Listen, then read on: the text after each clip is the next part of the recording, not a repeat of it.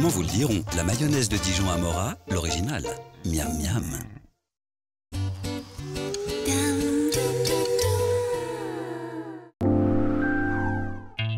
Thé ou café sur France 2 avec Bel-Em, créateur et fabricant de portes d'entrée.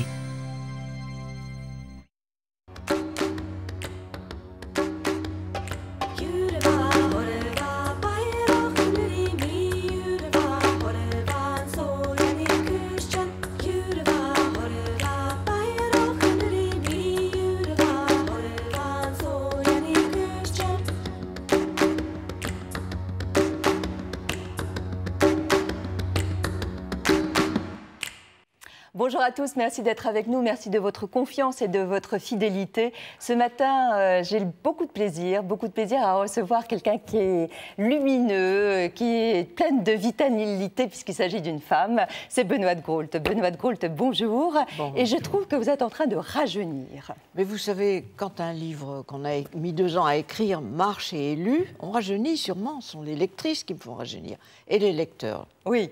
Plus rares. Plus rares. Pourquoi ? Oui. Parce qu'ils n'ont jamais lu la littérature des femmes. Quand j'ai écrit Ainsi soit-elle, tous nos amis nous disaient, croyaient dire en me flattant, ma femme adore vos livres. Et je me disais, mais ils ne lisent pas la même littérature, enfin. Il y a eu 1 million d'exemplaires d'ailleurs de vendus, au moins, hein, avec Ainsi soit-elle. Celui-ci, La Touche étoile, est en passe d'être un best-seller. Il est vraiment dans les ventes au top, donc c'est vrai que ça donne le sourire. Oui. On rappelle que vous avez été une jeune fille rangée pendant de très nombreuses années. Oui. Et puis ensuite, vous avez été vite dérangée par des idées, je dirais, féministes, un combat féministe. Et puis aujourd'hui, vous luttez pour un autre combat, tout en même temps d'ailleurs, la dignité de mourir justement dignement. Alors, c'est évoqué dans le livre avec beaucoup d'humour. C'est pas un essai, c'est un roman. Il y a des personnages et on s'attache beaucoup à ces personnages. Alors vous avez un passé, des parents qui ont beaucoup pesé en fait, qui étaient des gens assez impressionnants, oui. Notamment votre maman, qui a été une femme qui a beaucoup compté, peut-être trop d'ailleurs, non ?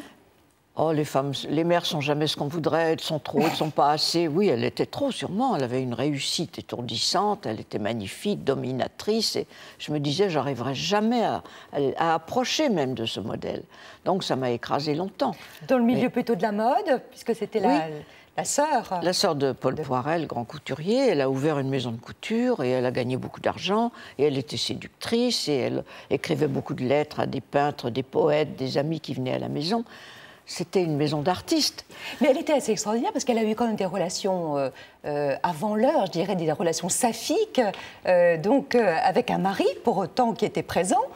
Comment les choses pouvaient être harmonieuses néanmoins ? Mais vous savez, c'était pas avant l'heure, c'était l'époque de la garçonne, c'était l'époque d'une certaine libération des femmes. Colette avait des relations saphiques, beaucoup d'autres femmes aussi. Alors, c'était assez bien accepté. Mon père trouvait ça charmant. Il aimait beaucoup Marie Laurencin aussi, qui est devenue ma marraine. Et grand peintre. Oui, en plus. Oui, ça passait très très bien. C'était considéré comme pas sérieux, les amours de femmes. Et vous en étiez consciente ou pas ? Oh non, une petite fille de 10-12 ans ne se rend pas du tout compte. Je voyais qu'elle s'aimait beaucoup, je trouvais ça délicieux, mais c'est tout. Alors, Benoît de Groult, regardez votre itinéraire, votre parcours. Il nous est retracé ce matin par Laurence Boulet. Vous disiez que les hommes ne savaient pas repasser. C'est parce qu'ils estiment que ça n'est pas dans leur domaine. En réalité, ils apprendraient à repasser parfaitement bien s'ils voulaient. Oui, Benoît, on est bien d'accord et on vous remercie de l'avoir crié haut et fort. Pourtant, rien ne la prédisposait à une telle prise de conscience. Avec sa petite sœur Flora, Benoît est élevé en petite fille modèle. Une éducation traditionnelle dans une école religieuse, une famille bourgeoise.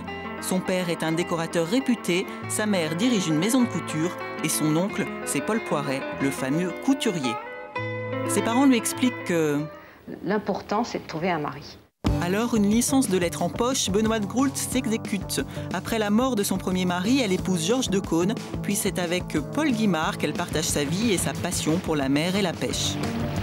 La conscience féministe de Benoît se réveille sur le tard, mais elle entre en féminisme comme on entre en religion, avec la ferveur des convertis. À 43 ans, elle publie le Journal à 4 mains, coécrit avec sa sœur pendant la guerre. C'est un succès. D'autres livres suivront, des combats aussi, pour l'avortement et pour l'égalité des sexes. La journaliste Groult prend même le candidat Mitterrand à partie. Il y a certaines questions d'intérêt général qui concernent plus particulièrement les femmes, sans doute parce qu'elles se sentent particulièrement défavorisées. Défavorisées mais pas démobilisées. En 1975, c'est le fameux « Ainsi soit-elle » pamphlet féministe, 1 million d'exemplaires vendus. 9 ans plus tard, Benoît préside la commission de féminisation des noms de métiers. Je mets au défi quelqu'un de me dire pourquoi écrivaine est plus laid que châtelaine ou souveraine ou contemporaine. Notre écrivaine se lance à présent dans un nouveau combat, le droit de mourir dans la dignité. La liberté, c'est le cheval de bataille de Benoît de Groult, la liberté d'être et de disparaître. Georges de Caunes, votre deuxième mari, vous êtes resté, vous le disiez, quelques années avec lui. Néanmoins, vous avez eu le temps de faire 2 filles avec lui. Et pourtant, vous dites dans les livres, et vous dites souvent avec violence, que ça a été des années extrêmement cauchemardesques. Oh, cauchemardesque, c'est trop dire. Bien sûr, je crois que tous les maris étaient comme ça à l'époque. Ils n'assistaient pas à l'accouchement de leur femme, ils ne s'occupaient pas de leurs enfants avant qu'ils aient 7 ou 8 ans. Et j'étais divorcée avant que les miens aient 7 ou 8 ans. Non, c'était des mariages normaux et j'étais faite pour être sa secrétaire, son aide. Et l'idée que je puisse écrire et exister ne lui plaisait pas du tout. Alors, vous avez eu une vie quand même très bouleversée, très jeune, puisque vous l'avez dit, vous avez perdu votre premier mari, vous aviez quoi, 25 ans, 26 ans? Oui, 24 ans même. 24 ans même, oui. Tuberculose, à cette époque, les jeunes gens mouraient de tuberculose. Donc vous étiez mariée depuis seulement 6 mois. Qu'est-ce que ça a changé justement dans votre façon de voir les choses? Est-ce que vous avez grandi, mûri à ce moment-là? Est-ce que vous avez même eu de la gravité des... Je me suis dit que le mariage était une chose merveilleuse et qu'il fallait me plonger dans un autre mariage, d'autant que je n'avais pas eu d'enfant et que je voulais un enfant. Et c'était la fin de la guerre. Alors on avait envie de refaire vite une cellule familiale, de refaire des enfants, de refaire quelque chose de vivant. Alors je me suis mariée sans connaître Georges. On se rencontrait à la télévision, à la radiodiffusion, il n'y avait pas encore de la télé. Et on s'est trouvés brillants en public, mais on ne savait pas ce qu'on était dans l'intimité. On l'a découvert trop tard, on était déjà mariés. Alors, 3e homme de votre vie, Paul Guimard, on sait bien, l'écrivain, Les choses de la vie donc, de Claude Sautet, tiré donc, de son roman. Il a été aussi conseiller de François Mitterrand. Vous voyez d'ailleurs avec François Mitterrand dans cette interview incroyable, d'ailleurs dans les années quoi, 65, 66, 67 peut-être? Oui, c'est quand il s'est présenté à la présidence de la République et qu'il n'a pas réussi. Alors là, Paul Guimard, c'est un autre monde. Tout à coup, c'est un autre type d'homme que vous rencontrez. Oui, il n'était même pas question de féminisme, ça allait de soi. J'étais son égal, il m'a poussé à écrire. Il a commencé à écrire le journal à 4 mains avec moi pour m'amorcer. J'ai un peu honte de le dire en tant que féministe, mais j'ai été jetée à l'eau par Paul Guimard, oui. Parce qu'il croyait en vous, tout simplement. Oui, et ensuite, je n'ai pas osé me lancer toute seule. J'ai été chercher ma petite sœur. Et comme on avait tenu notre journal pendant la guerre, parce que ma mère nous disait le soir, vous vous lavez les dents, vous tenez votre journal, c'était une discipline familiale, nos années d'occupation étaient écrites dans des carnets de Moleskine noirs, et il ne restait qu'à changer 2-3 choses et à les publier. Vous racontez aussi beaucoup que votre couple avec Paul Guimard était très libre, et que vous avez connu la jalousie. Forcément, qui ne l'a pas connu? On s'est mariés avec l'idée qu'on continuerait à regarder autour de nous et que la vie n'était pas terminée, bloquée sur un seul homme, une seule femme. Il n'y a qu'à voir ce qui se passe aujourd'hui. Et dans des milieux en plus comme le milieu cinéma, radio, on a beaucoup d'occasions, beaucoup de tentations, beaucoup de liberté. Donc on s'est mariés avec la certitude qu'un de nous deux tromperait l'autre, puis l'autre, enfin, et qu'il faudrait l'accepter puisqu'on avait de très bonnes raisons de vivre ensemble. Alors, bon, c'est toujours dur à vivre. Vous avez souffert? Bien sûr, oui. Parce que ça s'est passé évidemment du côté de mon mari en premier, parce que c'était un Casanova, disons. Ma mère m'avait dit, tu n'es pas assez coquette, tu ne le garderas pas, tu n'as pas ce qu'il faut pour le garder. Elle s'est trompée. Oui, pour une fois, oui. Vous-même, vous avez eu des tentations, des aventures, et vous le racontez aussi. Oui, j'ai eu plus que des tentations. Mais oui, et pas du tout pour me venger, mais parce qu'on ne vit pas 52 ans ensemble sans avoir à certains moments l'envie d'aller voir ailleurs ou de céder Le fameux pilote américain? Oui, c'est vrai, exactement, oui. Et ça m'a servi... C'est utile en plus pour une romancière de s'être un peu laissée aller à une vie variée. On l'évoquera dans la deuxième partie de Thé au café. On parlera bien sûr de la vieillesse, mais on parlera aussi du désir. On peut tomber amoureux à tous les âges. La sexualité aussi peut exister à tous les âges. On parlera aussi avec vous des petites culottes. Curieusement, oui, c'est un problème. Des petites culottes, voilà. Et des dessous. Ce sera dans la deuxième partie de Thé au café, mais auparavant, le journal qui est présenté par Stéphane Bretner. À tout à l'heure.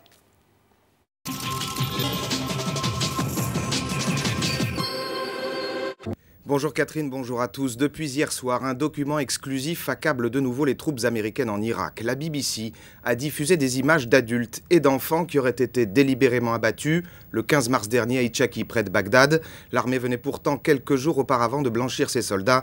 Emmanuel Lambert. Les corps de 5 enfants irakiens criblés de balles. Voici la vidéo que diffuse la BBC en boucle depuis hier soir. Nous sommes à Itchaki, 100 km au nord de Bagdad. Ces images, qui datent de mars dernier, ont été envoyées à la chaîne britannique par un groupe sunnite. Selon lui et selon la police locale, l'armée américaine s'est rendue coupable d'une bavure lors d'un raid contre une habitation. Au total, 11 civils sont morts. Les enfants ont été rassemblés au fond de la chambre, seuls et encerclés. Après leur avoir mis les menottes, ils les ont abattus de sang-froid. Ensuite, ils ont détruit la maison avec leurs avions. Interrogé lors d'une visite à Singapour, le secrétaire à la Défense, Donald Rumsfeld, s'est montré déstabilisé. 99,9% de nos soldats se comportent de manière exemplaire, dit-il. Mais durant les conflits, il se produit des choses qui ne devraient pas se produire. Disculpation, selon une enquête de l'armée américaine, les soldats n'ont commis aucune faute. Mais une autre enquête est en cours pour une autre affaire similaire. 24 civils irakiens auraient été tués par des Marines dans la ville d'Adissa, en novembre dernier. Après Londres, hier, une vaste opération antiterroriste a été menée ce matin par la police canadienne dans la banlieue de Toronto. Pour l'instant, une dizaine de personnes ont été arrêtées. Elles sont soupçonnées de préparation d'attentats sur le sol canadien. L'argent des touristes pour financer la lutte contre le sida. L'idée a été lancée hier à New York par la France, le Brésil, le Chili et la Norvège. Une partie de la taxe sur les billets d'avion devrait servir à acheter les médicaments pour les pays en développement. La Fédération internationale de football s'est associée à cette opération et va en assurer la promotion pendant toute la Coupe du Monde. En France, histoire de couple au Parti socialiste, la suite. Après les propositions controversées de Ségolène Royal face à la délinquance, c'est son compagnon François Hollande qui a réagi. Et le moins que l'on puisse dire, c'est que les avis sont partagés. Gilles Barré. Un accueil avec la personnalité du Nord, Pierre Mauroy, qui lui apporte son soutien. Un accueil populaire dans la rue pour Ségolène Royal. Les propos de la socialiste sur la sécurité trouvent un certain écho. La morale n'est pas réservée aux catholiques et aux gens de droite, elle est de tout le monde. Ça s'appelle le civisme. Ségolène Royal réfute toute dérive sécuritaire. Elle parle d'ordre et de justice dans un programme socialiste. Quel socialiste peut accepter que le destin d'un enfant soit scellé comme ça dès l'âge de 4e ou de 3e? Eh bien, être socialiste, c'est ne pas accepter ça. Être socialiste, c'est de penser qu'il y a des solutions. Ségolène Royal propose un encadrement militaire pour les mineurs délinquants. Et là, François Hollande prend ses distances. Ségolène, c'est une personnalité politique. Elle prend ses risques, elle fait des propositions. Je ne les partage pas toutes. Le programme socialiste est toujours symbolisé par la rose, mais une rose pleine d'épines pour les candidats potentiels à la présidentielle. Justice avec l'affaire des emplois fictifs de l'AMNEF. Le député socialiste de Paris, Jean-Christophe Cambadélis, a été condamné à 6 mois de prison avec sursis et 20 000 € d'amende. Quant à l'ancien directeur de l'AMNEF, Olivier Spitakis, a lui été condamné à 2 ans de prison avec sursis et 50 000 € d'amende. Les partisans des ours ne manifesteront pas à Luchon mais à Toulouse cet après-midi. Ils ont préféré se rabattre sur la ville rose, les anti-ours menaçant de tout faire pour perturber le défilé. L'objet de leur courroux, un 4e ours slovène lâché à Arbas il y a 2 jours. Il s'appelle Balou et pèse, vous allez voir, 88 kilos. Un anniversaire, un de plus pour la SNCF. Le Thalys fête ses 10 ans. Le train à grande vitesse du nord de l'Europe bat tous les records. 52 millions de passagers l'ont déjà emprunté, dont Jean-Paul Chapelle. Même pour ce 10e anniversaire, pas question d'attendre les retardataires. La ponctualité, c'est aussi ce qui fait la réputation de ce Bruxelles-Paris. Consolation pour ceux qui l'ont raté, ils n'attendront pas longtemps le prochain train.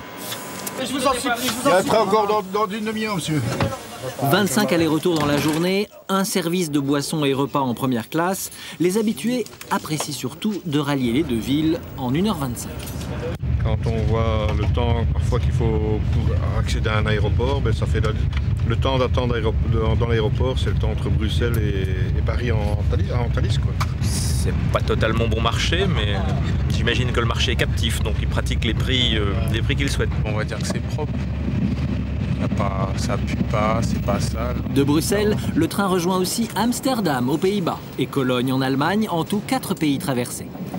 Nous sommes obligés d'avoir un train qui circule sous 4 systèmes de courant d'alimentation électrique différents et qui est capable de renifler 7 systèmes de signalisation. Un train très européen donc qui a rapproché Bruxelles et Paris, et ce n'est pas fini. D'ici à la fin de l'année, la durée du trajet sera raccourcie de 3 minutes. Comme tous les samedis, un petit mot sur ce que vous allez trouver ce matin dans vos journaux. À la une du Figaro, comment les islamistes recrutent en France. Le journal cite un rapport des renseignements généraux sur leur méthode de recrutement en prison et à la sortie des mosquées. Libération a choisi de parler du lundi de Pentecôte et s'interroge sur une nouvelle journée de pagaille après le fiasco de l'année dernière. Aujourd'hui en France, lui choisit de parler sport, la Football Mania, quelques jours du début de la Coupe du Monde, et puis le défi à Roland-Garros de Paul-Henri Mathieu, qui rencontre cet après-midi le tenant du titre, Rafael Nadal. L'Humanité revient sur le conflit à la Sogerma et les 2 manifestations prévues aujourd'hui à Bordeaux. Enfin, l'équipe revient sur la qualification en rugby de Biarritz pour la finale du top 14 samedi prochain. Les Biarros ont battu Perpignan 12-9 hier à Montpellier. Ils défendront leur titre contre le Stade Français au Toulouse qui se rencontre ce soir à Lyon. Et puis en tennis, à Roland-Garros, fin de tournoi hier pour la jeune joueuse d'origine iranienne Aravan Rezaï. Pas de problème en revanche pour Amélie Mauresmo qui s'est facilement qualifiée pour les 8e de finale. Julien Benedetto. Le match vient de se terminer. Aravan Rezaï, jeune française de 19 ans, est éliminée au 3e tour de Roland-Garros. Des souvenirs plein la tête. C'était pas facile aujourd'hui. Bon, il y a beaucoup de gens qui m'ont encouragée durant tout le match et puis bon, c'est un moment magique. Pour la franco-iranienne, la Tchèque Nicole Vaidisova, 16e mondiale, était trop forte. Aravan Rezaï s'incline la tête haute en 3-7. Avec les félicitations pleines de fierté du papa entraîneur. Sophie Bernard. Allô ? Dommage, car elle aurait rencontré en 8e de finale Amélie Mauresmo. La numéro 1 mondiale a battu la serbo-monténégrine Jankovic 6-3, 6-3. Rassurant. Je suis contente parce que les petits réglages que je devais effectuer par rapport aux 2 premiers matchs, je les ai vraiment bien mis en place aujourd'hui. Je peux encore faire un petit peu mieux, il y a des petites choses, mais non, c'est bien. Place aujourd'hui aux 3 derniers Français encore en lice dans le tableau masculin. Julien Beneteau face au Tchèque Stepanek, Gaël Monfils face à l'Américain Blake ne partiront pas favoris. Mais que dire de Paul-Henri Mathieu qui affronte l'ogre de la terre battue, Rafael Nadal. L'Espagnol reste sur 54 victoires d'affilée sur terre battue, un record. Voilà, c'est la fin de cette édition. Merci de l'avoir suivi. Dans un instant, les prévisions météo de Valérie Alexandre. Demain, vous retrouverez Gilane Barret. Très belle journée à tous.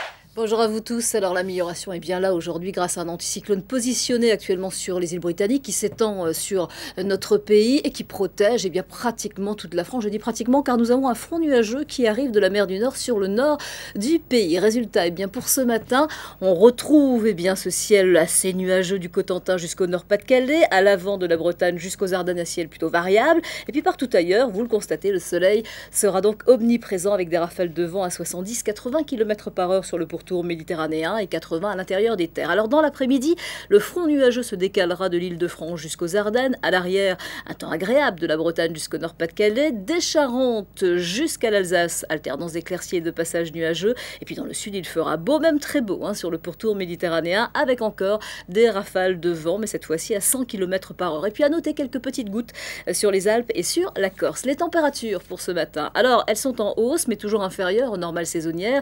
Il fait seulement 2 petits degrés sur Aurillac et sur Clermont-Ferrand, 4 à Nancy et à Besançon, 5 sur Épernay, 8 à Châteaulin, 10 sur Bordeaux et 14 sur Perpignan. Et puis dans l'après-midi, les températures seront là aussi en hausse, on gagnera 2 à 3 degrés et elles seront cette fois-ci conformes aux moyennes de saison. Il fera 17 degrés à Aurillac et à Besançon, 18 à Strasbourg, 19 à Saint-Jean-de-Luz et du côté de Lille, 23 à Rennes et à Nice et 25 la maximale, ça sera sur Marseille. La tendance pour les 2 prochains jours, pour dimanche, on retrouvera quelques petits nuages de l'Alsace jusqu'aux Alpes ailleurs. heure, il fera beau, les températures seront en hausse. Et puis pour lundi, le temps sera vraiment agréable partout. On notera juste quelques petits nuages, là aussi sur le nord-est, mais rien vraiment de bien méchant. Côté température, elles seront en baisse sur le nord, légère baisse, et puis stationnaire dans le sud. Tout de suite, on retrouve Catherine Sellac pour le deuxième partie de Thé au café. À demain matin.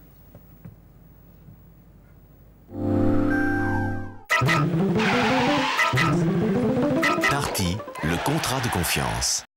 Alors Benoît de Groult, avec elle, on s'est régalé en lisant La touche étoile. C'est vrai que c'est un roman où on ne l'attendait pas réellement parce qu'il y a à la fois de l'humour, il y a beaucoup de lucidité, il y a parfois un peu de cynisme même, et il y a des vérités qui sont parfois bonnes à dire. Mais auparavant, votre fiche signalétique.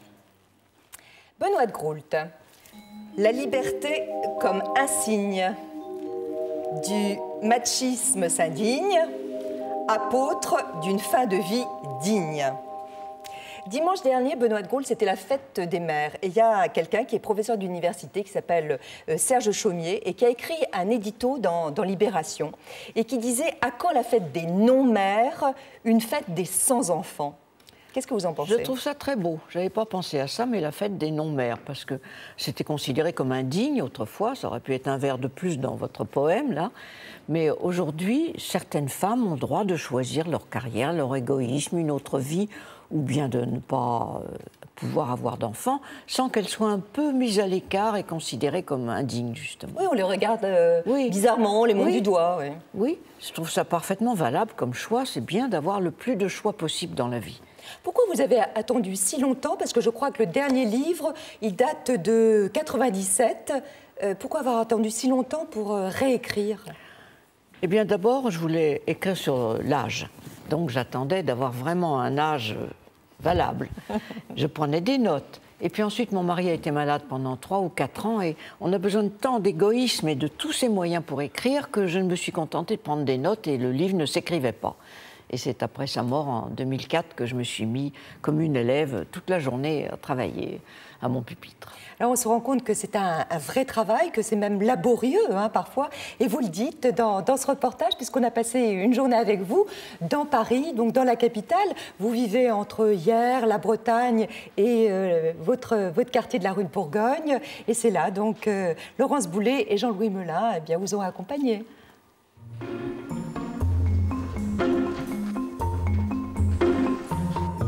Ici, c'est mon pied-à-terre parisien où je viens assez peu parce que je passe la moitié de l'été, la moitié de l'année en Bretagne et la moitié de l'année dans le Midi à Hyères où j'écris.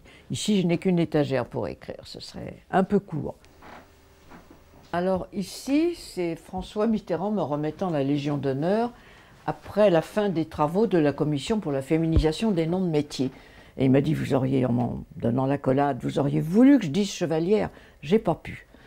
Effectivement, et on ne dit toujours pas chevalière. Il y a des mots qui passent et d'autres qui sont difficiles.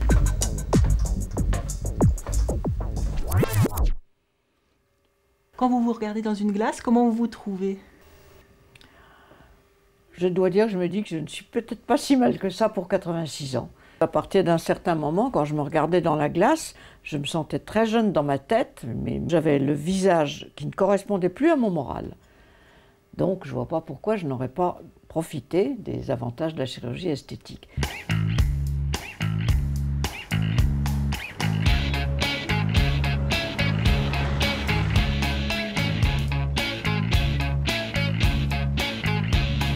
Je me dis que si je m'arrête, je ne recommencerai pas. Alors, on me dit, vous n'avez pas peur? J'ai dit, si, j'ai peur. Bon, et alors, chaque année, je me dis, je tiens bon encore cette année.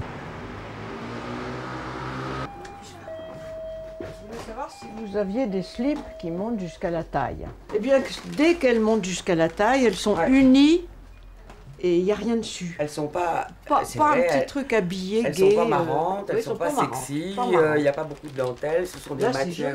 Ça, c'est très joli. C'est de la microfibre. Pourquoi on ne peut pas en faire des jolis qui montent jusqu'à la taille? Voilà, nous ne faisons pas tout à 36. Je ne suis pas énorme, mais malgré tout, quand on est coupé sous le nombril par la bordure du slip, c'est pas joli. Pourquoi on n'aurait pas une bordure comme ça sous prétexte qu'on a 80 ans?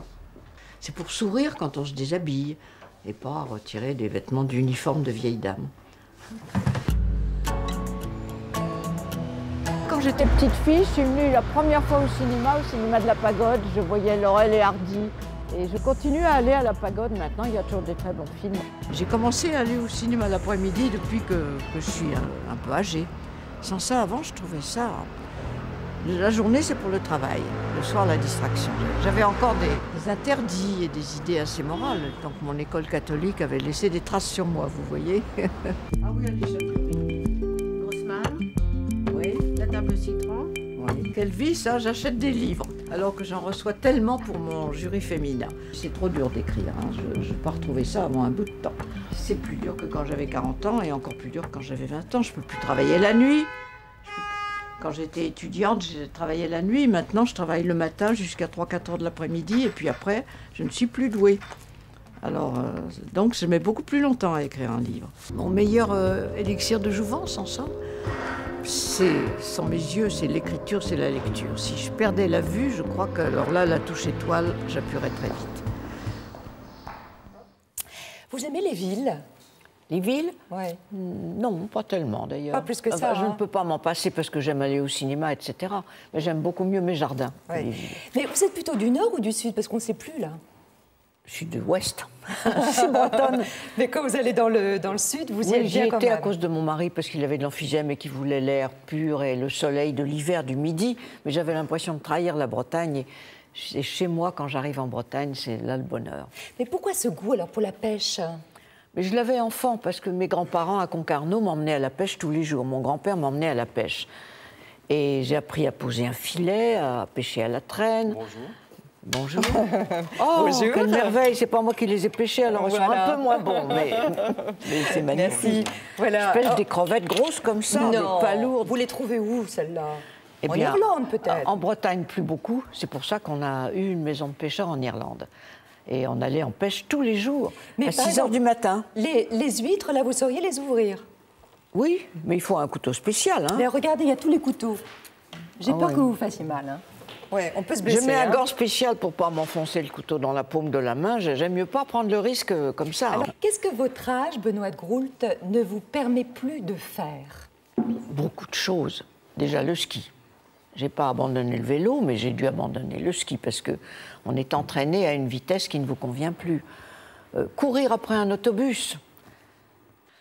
Quand vous dites « je vous imagine à Kerdruck, un petit déjeuner, au petit déjeuner, Mario et moi, dans 10 ans, les cheveux teints dans notre ancienne couleur, ouvrant chacune notre boîte de gélules, cartilage de requin, huile essentielle, oméga 3, anti-inflammatoire, anti-cholestérol, anti-tension, magnésium, silicium, zinc, vitamine, DHEA, et j'en passe, nous les avalerions péniblement en contemplant la mer. » C'est votre vie, ça ?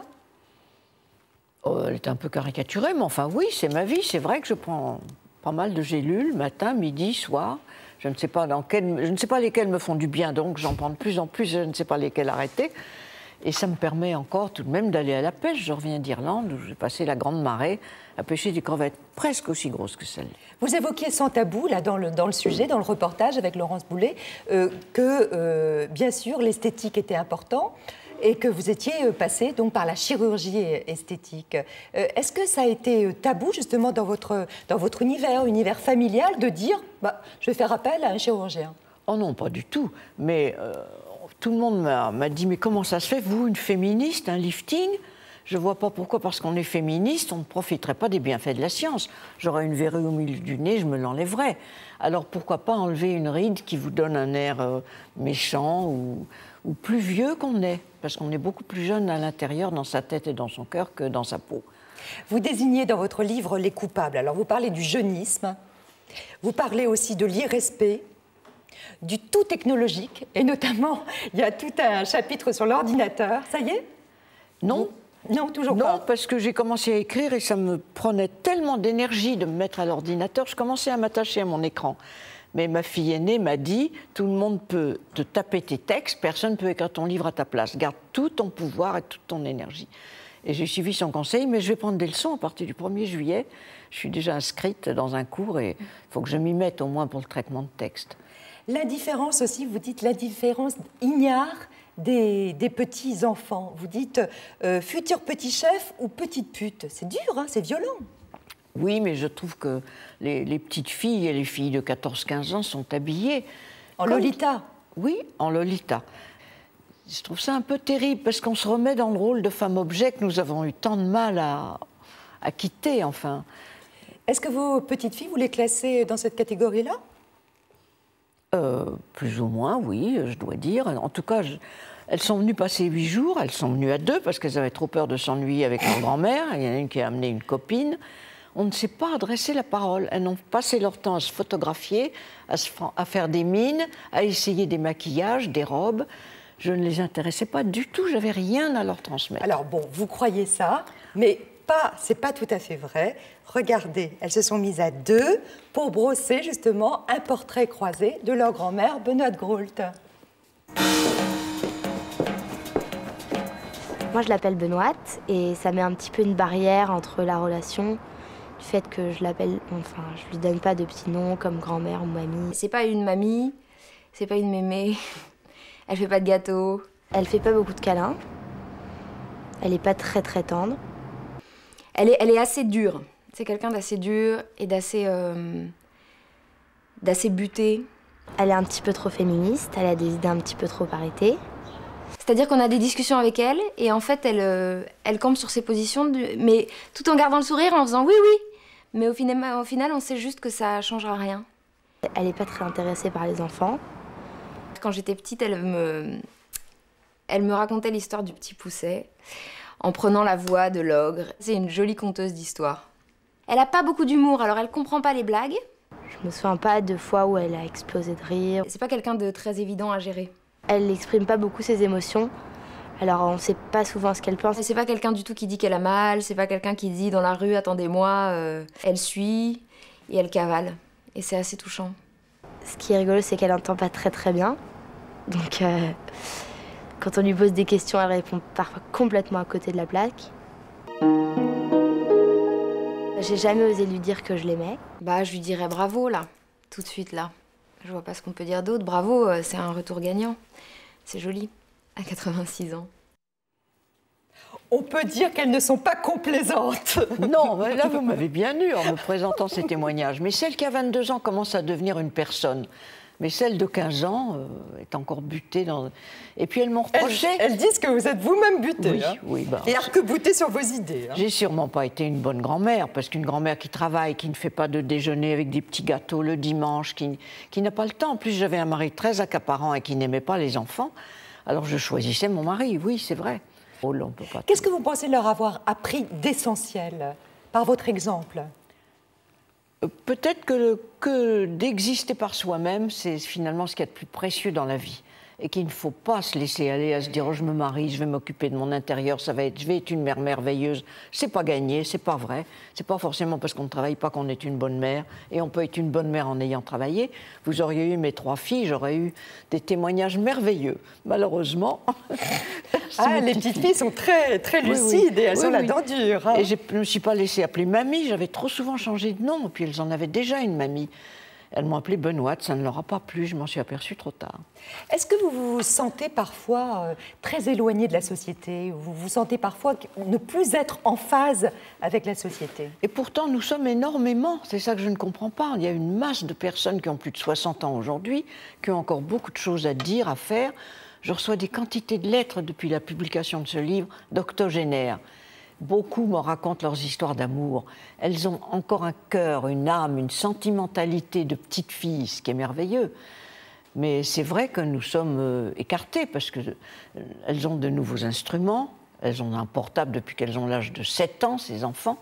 Elles connaissent tout un monde auquel nous nous agrippons sans pouvoir y participer vraiment. Alors, vous parliez d'amour. On a fait une petite enquête. On s'est rendu dans des maisons de retraite et puis on a demandé aussi au sexologue Willy Pasini de nous donner son avis sur l'amour, le désir, la rencontre aussi entre hommes et femmes à n'importe quel âge. L'enquête de Julie de Mareuil et de Marie Cazot.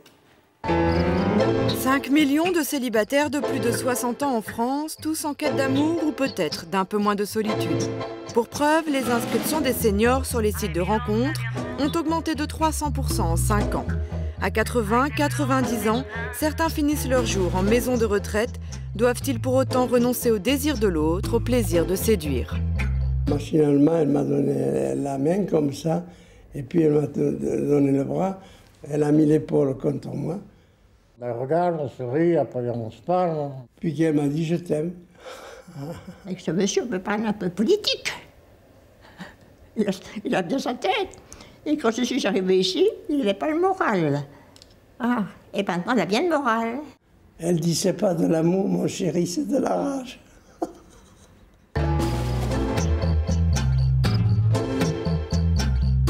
La séduction, elle fait partie de la vie à tout âge. Et donc, une personne qui a 70-80 ans, elle doit être séduisante et pas séductrice de l'autre. Et comme ça, il trouvera bien un homme ou une femme qu'il aime. Elle a des jolis petits seins. Bon, je peux les caresser, les embrasser, tout ça. Elle les aime pas, elle. Je dis, mais qu'est-ce que ça peut te faire? Moi, je les aime, tu vois. Si je vois encore trop moche, je voulais pas n'importe. J'ai toujours été coquette, il n'y a pas de question, je l'avais laissé aller.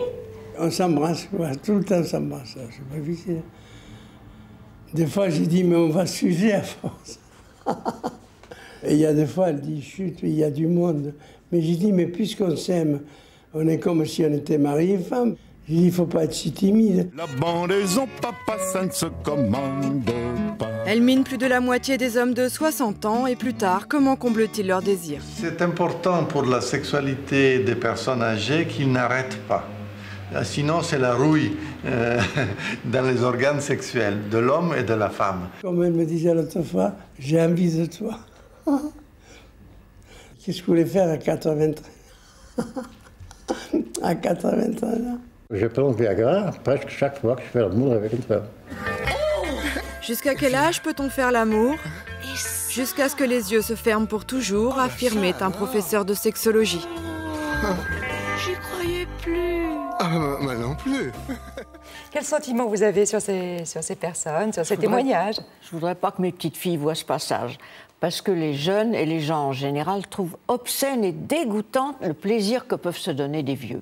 Bon, oui, mais c'est honteux, ça, non? Oui, c'est honteux. Le nombre d'enfants qui ne veulent pas que leur vieux père ou leur vieille mère se marient ou aient un amant ou partent en voyage avec quelqu'un d'autre, ils sont intraitables là-dessus. Comme s'il y a un âge où il fallait tirer le rideau et ne plus avoir le moindre plaisir, même affectif d'ailleurs. Je voudrais que vous lisiez ce passage, justement, c'est un passage assez critique sur l'acte. Qu'est-ce que vous allez me donner à lire? L'acte sexuel.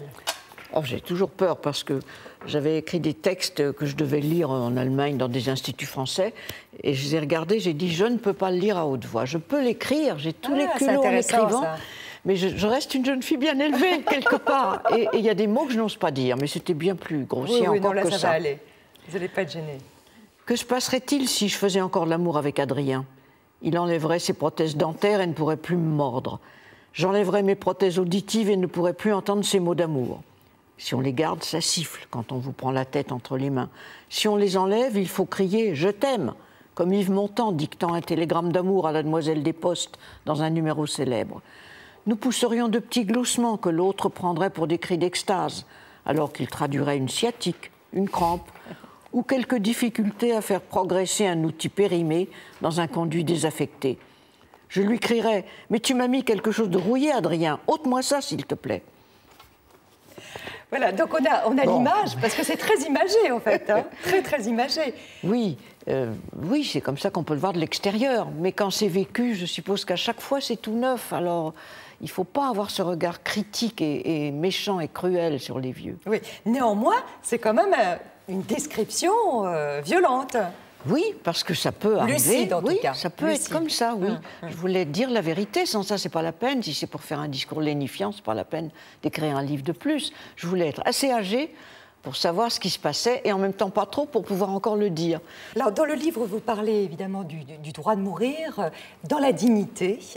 Qu'est-ce que vous pensez de la mort programmée, de quelqu'un que vous connaissiez bien d'ailleurs, Claire Quillot, qui par 2 fois a tenté de se donner la mort. La 3e fois, elle a donc dû faire 3 fois cet acte de courage qui est de dire voilà, aujourd'hui je me décide. Parce que moi je me décide, je suis en pleine santé, c'est facile. Est-ce que j'aurai le courage? Je ne sais pas. On peut penser aussi à Mireille Jospin, oui. La mère de Lionel Jospin et de Noël Châtelet. Oui. Ça, c'est quelque chose que vous aimeriez, enfin, suivre cet exemple-là, programmer votre fin. Oui, sur le principe, oui, mais je trouve qu'elle a fait quelque chose de très dur, c'est qu'elle a prévenu sa fille, notamment Noël Châtelet, qui a écrit un très beau livre là-dessus qui s'appelait « La dernière leçon ». Elle lui a dit en octobre prochain, voilà, j'ai 90 ans, j'estime que je ne suis plus en état de vivre selon mes critères. Chacun a les siens. Et sa fille a trouvé ça trop tôt. Les enfants croient qu'ils veulent vous garder. Et puis on voit arriver le temps où ils se disent oh, ça devient pénible, il faut aller la voir le dimanche. C'est presque toujours trop long, la vieillesse, aujourd'hui, à cause de la médecine, justement. Mais vous-même, est-ce que vous avez pris des dispositions dans ce sens-là? Je dois dire pas encore, parce que Mireille Jospin était sage-femme, elle connaissait le milieu médical et elle avait certainement les bonnes recettes. Et j'en avais une, mais les médicaments ont disparu maintenant. Vous êtes favorable à la loi qui est passée aux Pays-Bas ou en Belgique, où l'euthanasie est légale aujourd'hui? Oui, et en Suisse aussi, l'aide à mourir, j'appelle ça.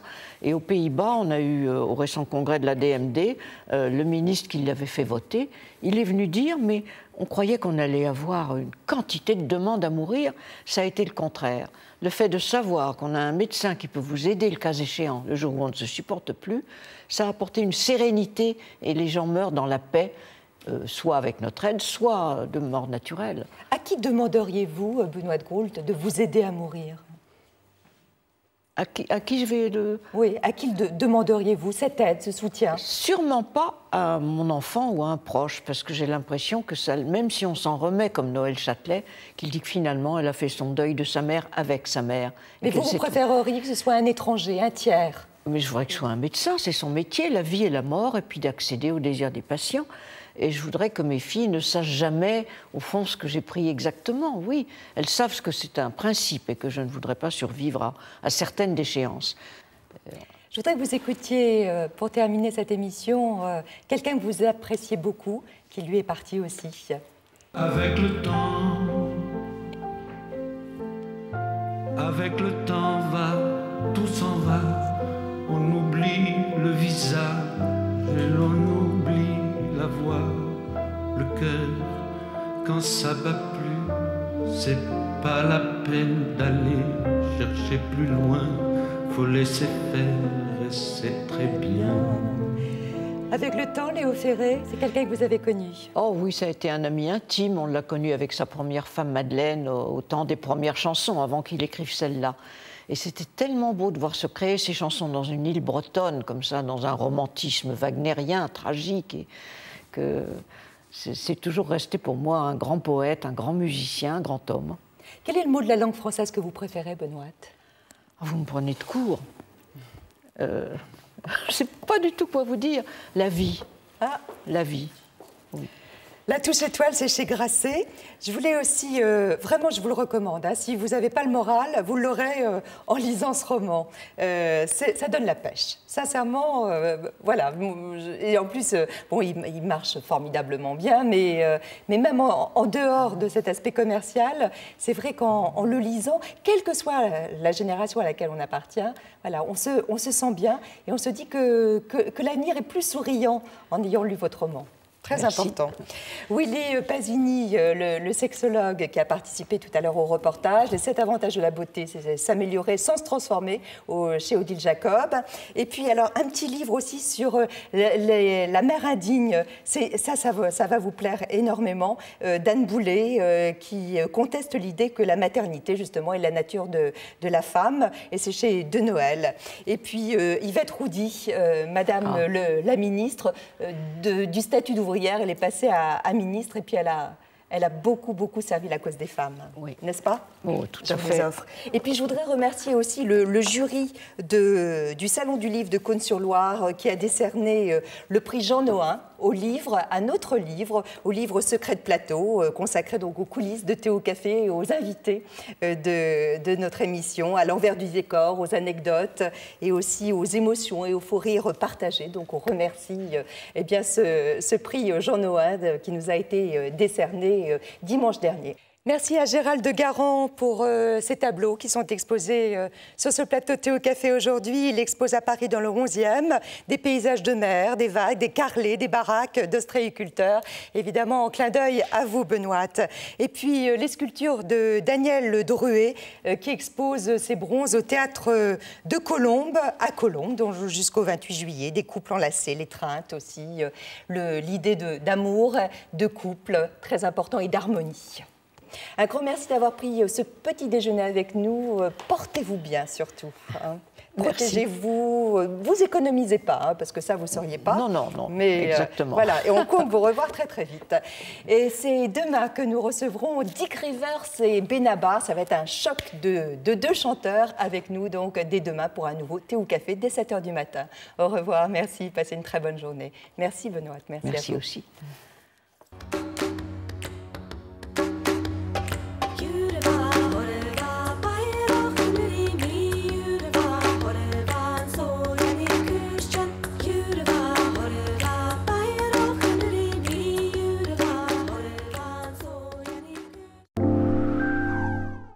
C'était Thé au Café sur France 2 avec Belém, créateur et fabricant de portes d'entrée.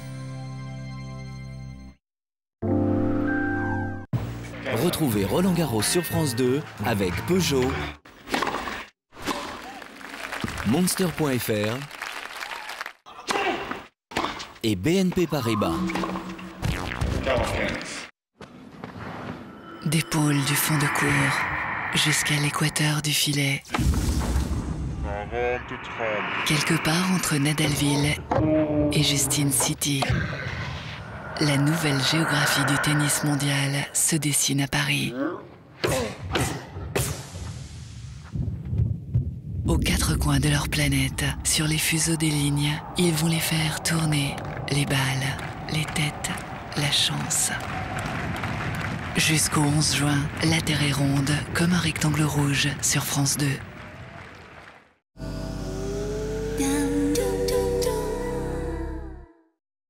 Envie de finesse ?